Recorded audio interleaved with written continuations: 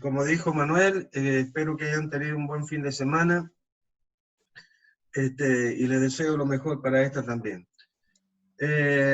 Bueno, antes que nada quiero pedirles disculpas. Yo quería haberles mandado ya los resultados de los parciales, pero no he podido. Sinceramente no he podido, pero les prometo que esta tarde, a más tardar mañana en la mañana, van a tener los resultados. Lo que pasa es que la semana pasada, hace una semana hasta el viernes, hemos estado con consulta y toma de exámenes virtuales. El viernes en la mañana, viernes en la tarde, prácticamente algunos no nos terminamos y ayer lunes hemos terminado con los alumnos. Así que bueno, yo les prometo que para esta tarde o más tardar mañana, porque yo soy el más apurado que ustedes tengan los resultados. Perdón. Y ya yo he estado así, yo he mirado más o menos la mitad y hay posibilidades de gente que no que resulte reprobado. Entonces hay que pensar en que hay que hacer una recuperación y no sé si habrá alguna persona que no haya rendido. Han rendido 10 personas nada más. No sé si es el total o si alguno no pudo rendir. De cualquier manera, yo diría que para más tardar, o el viernes de esta semana, o el lunes de la semana que viene, sería más o menos lo mismo, aunque sería mejor el lunes de la semana que viene hacer la recuperación. Si están todos de acuerdo, nos dicen. Hay una persona que resolvió en forma analítica y no era así, tenía que resolverlo en forma gráfica. Es mucho más sencillo, es un problemita muy simple que tomé. El enunciado decía todo, por eso tampoco dijimos de que dimos ninguna otra pista de qué lo que era. Es un manivela biela corredera el mecanismo. Y lo expresaba, el enunciado del problema lo expresaba perfectamente bien, o sea, no había, creo yo, no había complicaciones en cuanto a descubrir qué mecanismo estaba o conformaba esa máquina, que era una sierra mecánica.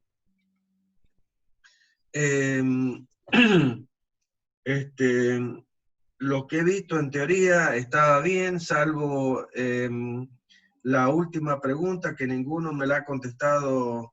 Hay una persona que me la ha contado más o menos. Vuelvo a repetir, no he visto todos, he visto 5, la mitad aproximadamente. Pero hay una sola persona que me contestó. Yo, cuando he preguntado grados de libertad, está referido a un mecanismo. Por lo tanto, los grados de libertad de un mecanismo son el número de parámetros que debemos conocer de tantos eslabones como grados de libertad tenga el mecanismo. Todos me han contestado con la respuesta de grado de libertad de un cuerpo, no de un mecanismo. Entonces hay que tener cuidado con eso. Hay una persona que lo ha dado en función del número de entradas. Eso también está correcto. O sea, cantidad de actuadores que necesito para controlar el movimiento del mecanismo. Entonces, si el mecanismo es de un grado de libertad, quiere decir que necesito un actuador, es decir, un motor o lo que sea que ingrese el movimiento al mecanismo. Bien. Yo les prometo que esta tarde van a tener las respuestas y vayan viéndolo y analizando. Además de ir estudiando lo que a partir de ahora estamos viendo, sobre todo yo ahora voy a dar en forma rápida estos temitas de velocidad que quedan y de aceleración, para comenzar con otro tema que es importante, que es control de transmisión de movimientos por contacto directo entre superficies, que sobre esos temas van a versar y síntesis, que necesito que por lo menos esos dos temas, aunque queden algunos otros que, bueno, de cualquier manera los van a tener en los apuntes para estudiar.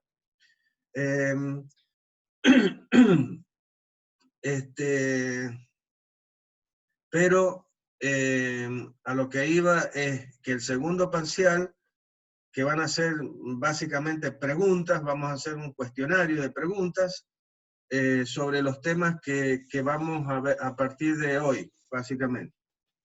Bueno, así que vayan prestando atención y vayan leyendo y vayan, ya vamos a subir estos apuntes para que ustedes lo tengan y lo puedan ir leyendo, y así llegamos y podemos tomar el parcial, que no puede ser más de la última semana de este mes.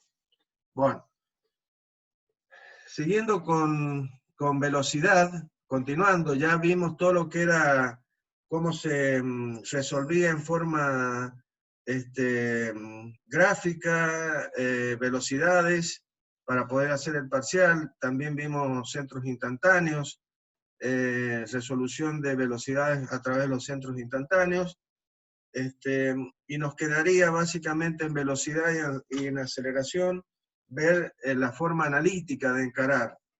Además que en velocidad existe estos conceptos que voy a dar rápidamente, que son relación de velocidad angular, en el caso de los mecanismos de eslabonamientos. Ya vamos a ver que esta relación también es la que vamos a ver en los mecanismos de contacto directo entre superficies. Acá nosotros tenemos, por eso hago énfasis en eslabonamiento, si bien todos son eslabonamientos, pero acá yo tengo un contacto entre la entrada, el eslabón 2, y la salida, normalmente que decimos que es el eslabón 4, tenemos un eslabón que transmite el movimiento de la entrada a la salida, o sea, este eslabón que normalmente llamamos acoplador o biela, es el que transmite el movimiento de la entrada a la salida. Los mecanismos de contacto directo, este eslabón desaparece. Y encontramos también una relación de transmisión, o sea, una relación entre la velocidad de salida y la velocidad de entrada en ese tipo de mecanismo. Acá lo vamos a ver también, porque también es interesante saber con qué velocidad, cuál va a ser la relación de velocidad entre el eslabón de salida y el eslabón de entrada. Bien. Entonces tenemos básicamente un cuadrilátero articulado en una posición cualquiera. Básicamente, para poder encontrar esta relación de transmisión, lo que vamos a hacer es trazar lo que se denominan los eslabones efectivos, o radios efectivos también, según a dónde lo utilicemos. Acá básicamente le vamos a llamar eslabones efectivos. Los eslabones efectivos se definen como dos rectas paralelas que, pasando por los centros de rotación de los eslabones reales, o sea, vamos a llamarle a al O2A y al O4B, le vamos a llamar los eslabones reales, y ya van a ver que van a aparecer los eslabones efectivos, que van a ser el O2A' y el O4B'. ¿Cómo surgen estos dos eslabones efectivos? Surgen al trazar dos líneas que son paralelas entre sí y pasan por los centros de rotación. ¿Cuántas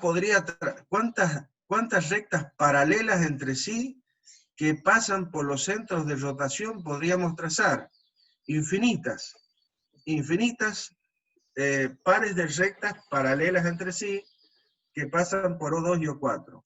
Ahora, de las infinitas, nosotros vamos a elegir aquellas que son perpendiculares a la prolongación al eslabón acoplador. Entonces, este O2A' es un eslabón efectivo, ¿sí?, que es perpendicular al eslabón acoplador. Y lo mismo con el O4B'. Bien, eso me define unos triángulos, básicamente en la figura, entre el eslabón real y el eslabón efectivo, lo mismo acá. Y en los que intervienen los ángulos conocidos, como el ángulo de transmisión, que es el ángulo que hay entre el eslabón de salida y el eslabón acoplador. Y este nu, que es el ángulo que forma el eslabón de entrada o manivela con el acoplador. Bien, si aplicamos trigonometría, esto es muy sencillo.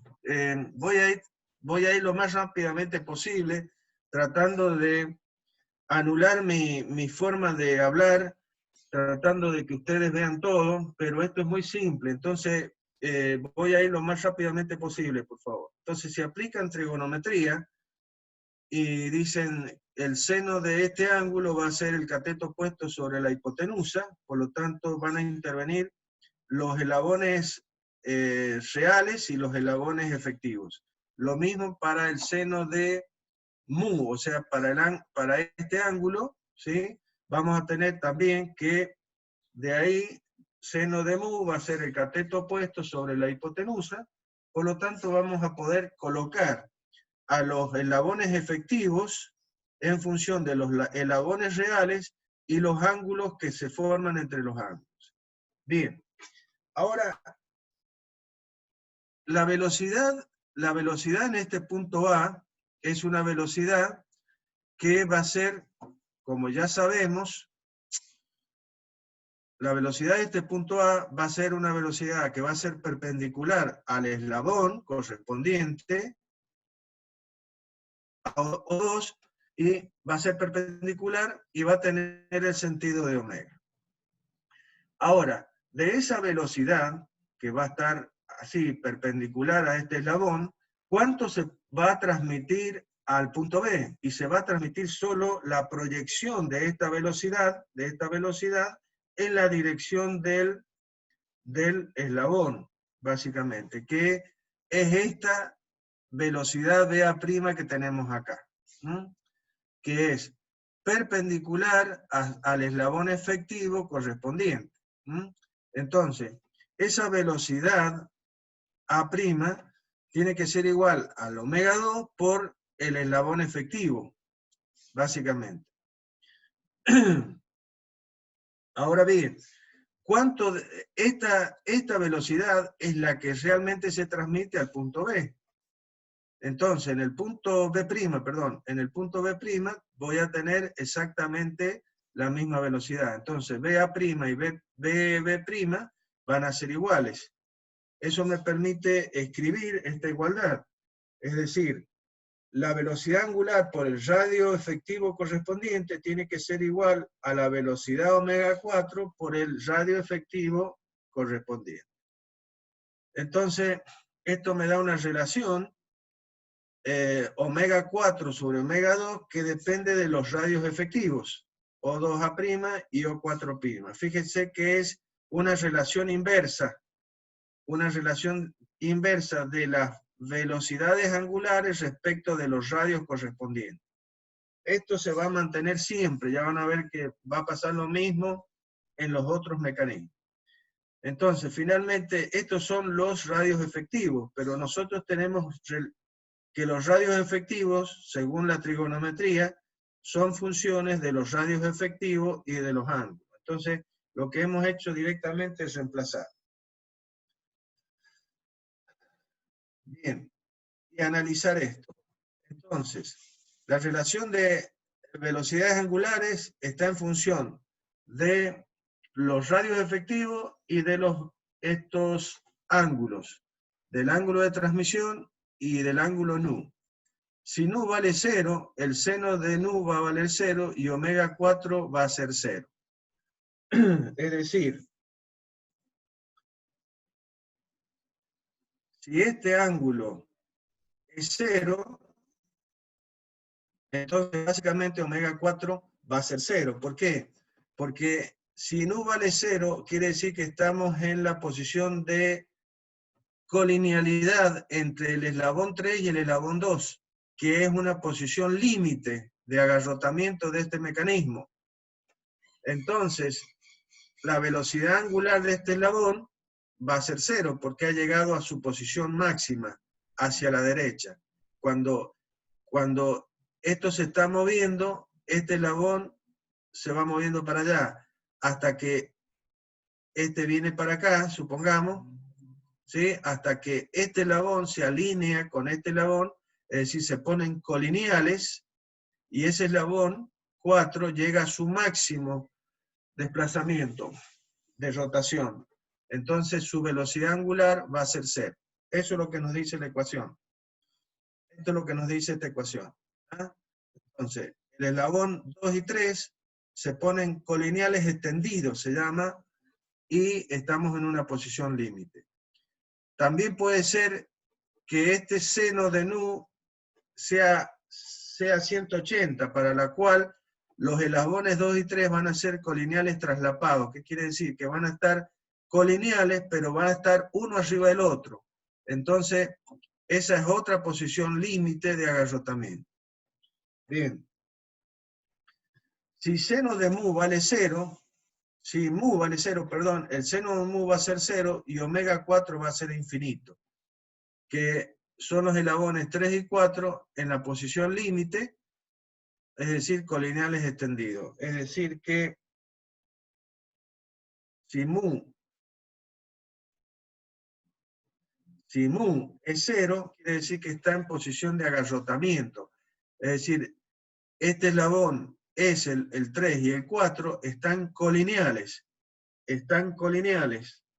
¿Sí? Se suman este eslabón más este eslabón y quedan sobre una misma línea.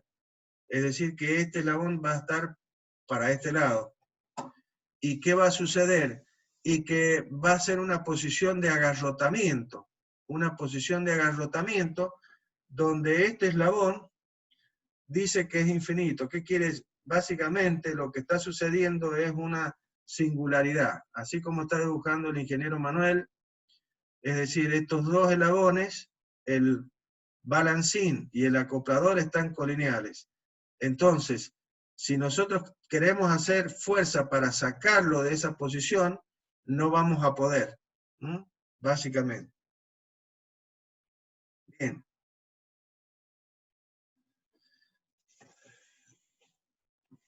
Si nosotros ahora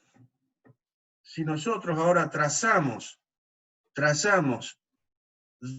dos eslabones, ahora elegimos como eslabones efectivos, aquellos que pasando por los centros de rotación, O2 y O4, son paralelos, pero no solamente que son paralelos, sino que son colineales.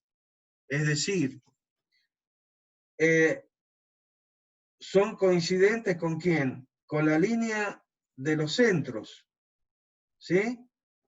Por lo tanto, yo recién he trazado por O4 una línea que era perpendicular al eslabón 3 y otra línea por O2 que es perpendicular al eslabón 3. Ahora estoy trazando dos líneas que pasando por O2 y O4 son coincidentes con el eje, la línea de centros, o sea, la línea que pasa por los dos centros de rotación, y son colineales. Por lo tanto, esas dos líneas cortan al eslabón acoplador en su prolongación en un punto que ya conocemos.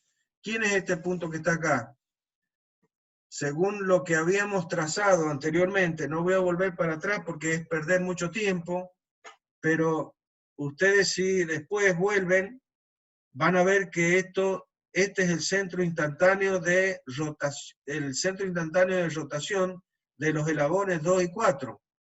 Es decir, este punto que hemos encontrado al intersectar el eslabón acoplador con los dos eslabones efectivos que son colineales, definen a este punto I24, que es el centro instantáneo de rotación de 2 y de 4, es decir, es el punto que pertenece a los dos eslabones 2 y 4, y que tienen la misma velocidad, los dos eslabones en ese punto. ¿Estamos de acuerdo? Entonces, ¿qué podría escribir yo ahí, según lo que habíamos visto? Y una relación de velocidades, es decir, la velocidad de este eslabón, de este punto como perteneciente a este eslabón, ¿vale cuánto? La velocidad angular de este eslabón, ¿por quién? Por el radio correspondiente, y ese radio es O2 y 24. Y lo mismo, la velocidad de este punto, pero como perteneciente a este eslabón, ¿vale cuánto? El omega de esta barra por el radio correspondiente, que va a ser la distancia que hay entre el centro de rotación del eslabón 4 y el punto I24. Por lo tanto, llegamos a esta relación que dice que la relación de la velocidad de salida del eslabón versus la de entrada es inversamente proporcional a los radios efectivos, que son el O2 y 24 y el O4 y 24. Básicamente. Y esta relación de transmisión la vamos a ver de vuelta, les digo, para el caso de un mecanismo donde este eslabón desaparece. Bien. Otra cosa importante e interesante en el caso de velocidades es ver el tema de la ventaja mecánica. ¿Qué es lo que es la ventaja mecánica? Nosotros sabemos que potencia es básicamente en un sistema lineal es igual a la velocidad, a la fuerza por la velocidad.